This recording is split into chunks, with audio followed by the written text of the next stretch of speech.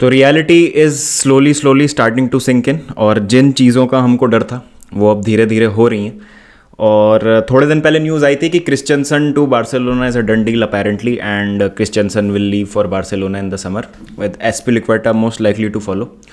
उसके बाद अभी अभी थोड़ी देर पहले मल्टीपल सोर्सेज से ये न्यूज़ आ रही है कि Antonio Rudiger has agreed a 4-year deal with Juventus and will leave on a free after the season ends. तो रूडिगर इज़ ऑल्सो लीविंग, और मल्टीपल सोर्सेज से आया, ऐसा नहीं है कि एक दो सोर्स रिपोर्ट कर रहे हैं, तो ज़रूर यहाँ पर कुछ हुआ है, कुछ डेवलपमेंट हुआ है। प्लस कोई बहुत ही ड्रामेटिक चीज़ हो जाए और ओनरशिप में चेंज हो जाए और एक ब्लॉकबस्टर कॉन्ट्रैक्ट जो है वो ऑफर कर दिया जाए रूडिगर, तो I don't think he will stay. और अगर अग्रीमेंट हो चुका है तो I hope it's only verbal, pre agreement कुछ साइन नहीं किया और रिटर्न में नहीं किया हो, तो अगर वर्बल है तो फिर भी अभी भी चांस है रूडिगर का रुकने का, unless the new ownership comes. तो ये एक चीज़ है, मतलब you see Rudiger playing at his highest level week in week out अभी भी, डिस्पाइट द फैक्ट कि वो कॉन्ट्रैक्ट का इशू चल रहा है, डिस्पाइट द फैक्ट कि ओनरशिप बहुत अनसर्टेन है अभी चेल्सी में, क्या होगा फ्यूचर का कुछ पता नहीं। Thomas Tuchel is rocking it in press conferences and on the field. Kai Havertz, Azpilicueta, Jorginho, जिसके भी आप इंटरव्यू देखो ऐसा लगता है कि टीम का माहौल बहुत अच्छा है। ऑफ द फील्ड जो चीज़ें हो रही हैं उससे बहुत ज़्यादा फर्क पड़ नहीं रहा है, लेकिन हमको रियलिटी चेक भी मिला है और हमको ये भी ध्यान रखना पड़ेगा कि एट द एंड ये सारे प्रोफेशनल फुटबॉलर्स हैं, एंड डेफिनेटली इसमें कोई गलत नहीं है अगर आप एक अच्छे मूव के लिए जाते हैं। अब लोग मेरे को बोलेंगे कि बाबा यार तुम तो क्रिश्चियनसन के मूव पे इतना गुस्सा हो रहे थे। I was just upset about how he handled that situation. अगर वो थोड़ा सा मुंह चुप रखते और थोड़ी सी उन्होंने चीज़ें, मतलब उन्होंने बारसा के लिए भी कुछ कुछ बोला था और चेल्सी के लिए भी कुछ कुछ बोला था, तो वो मेरे को पसंद नहीं आया था।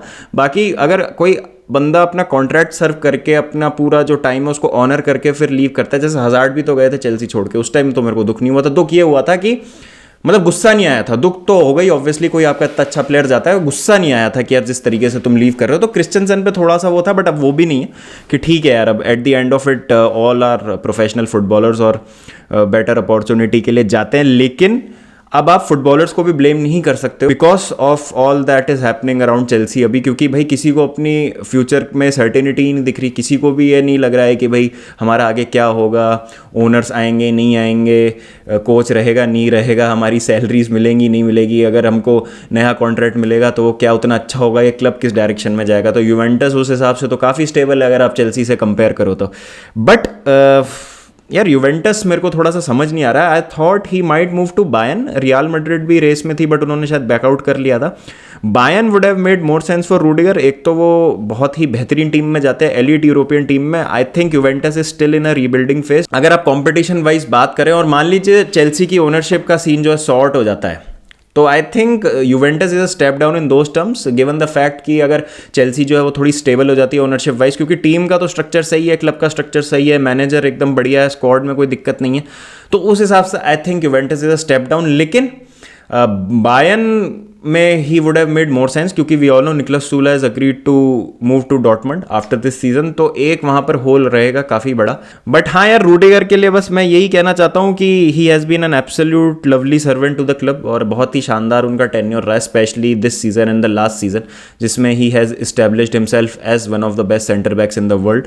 और जिस तरीके का रिसर्जेंस थॉमस टूकल के अंडर दिखा था हमको रूडिगर का, that was absolutely magnificent. Still 1% hope है दिल के कोने में कि शायद रुक जाए, बट ऐसा होगा नहीं, एंड दिस विल हैपन मोर। मतलब अभी हम देखेंगे कि बहुत सारे जो प्लेयर्स हैं जिनके कॉन्ट्रैक्ट ख़त्म नहीं हो रहे हैं लेकिन 1-2 साल ही बचे हैं, तो रीनेगोशिएट करने के लिए क्लब को लेवरेज पे रखेंगे, वहाँ पर हमको प्रॉब्लम आ सकती है अपने प्लेयर्स को रोकने में। तो Rudiger is just the start. जल्दी से ओनरशिप का जो सीन है वो सॉर्ट हो जाए, जिससे हमको थोड़ा सा एक हेड्स अप मिल जाए कि अब हमको रूडिगर का रिप्लेसमेंट है वो जोर शोरों से देखना है। तो क्या इससे कंफर्म हो जाता है कि मैथायस डी लीट जो हैं वो अब यूवेंटस छोड़ने जा रहे हैं, और अगर मैथायस डी लीट जाते हैं यूवेंटस छोड़ के तो क्या वो बार्सिलोना जाएंगे या प्रीमियर लीग में आएंगे, वो भी एक चीज़ है। बट रूडिगर को चेल्सी बहुत ज़्यादा मिस करेगी, इट्स अ ह्यूज गैप जो शायद इतनी आसानी से फिल ना हो पाए, लेकिन देखते हैं क्या होता है। बट ये एक इनिशियल रिएक्शन है, जब एक्चुअली में ये मूव हो जाएगा, जैसा मैंने एस्पिलिक्वेटा की न्यूज़ पे भी कहा था कि जब ये एक्चुअली में मूव हो जाएंगे, जो हमको सीजन के एंड में समर विंडो की स्टार्टिंग में पता चलेगा, तब मैं इसका एक डिटेल रिएक्शन बनाऊंगा। बट ये एक छोटा सा न्यूज़ जो मेरे को आपसे शेयर करनी थी, और मेरा एक इनिशियल रिएक्शन। दुख तो होगा काफ़ी, बट आई होप कि इस सब चीज़ों से अभी जो सीजन चल रहा है ना उस पर ज़्यादा फर्क ना पड़े, and he continues to play like this. फिर बाद में इस मूव पे डिटेल में बात करेंगे। बट यूवेंटस में मुझे समझ नहीं आ रहा है रूडिगर का जाना, मतलब करियर वाइज भी, और थोड़ा सा एक मतलब मुझे लगा था कि शायद बायर्न में he could have reach that next level. हो सकता है वो इटली से आए हैं, रोमा से आए थे वो, तो शायद इटली से उनका कनेक्शन हो, उनकी थोड़ी सी फैमिली वगैरह भी इटली में रहना पसंद करती है, तो शायद उस वजह से भी लिया उन्होंने डिसीजन। और इस पे बात करेंगे डिटेल में बाद में। शाम को जो है एल क्लासिको का प्रीव्यू है 8:30 बजे, तो please tune in. We will be joined by Guruji Vinayak and of course Dhenuga from Bombay Penya, तो प्लीज़ नज़र रखिएगा उस पर। और रात को वॉच अलाउंग होगा चेल्सी वर्सेस मिडलस्ब्रो। चलिए गाइस, फिर मिलते हैं थोड़ी देर में, जब तक अपना ध्यान रखें, take care and peace out.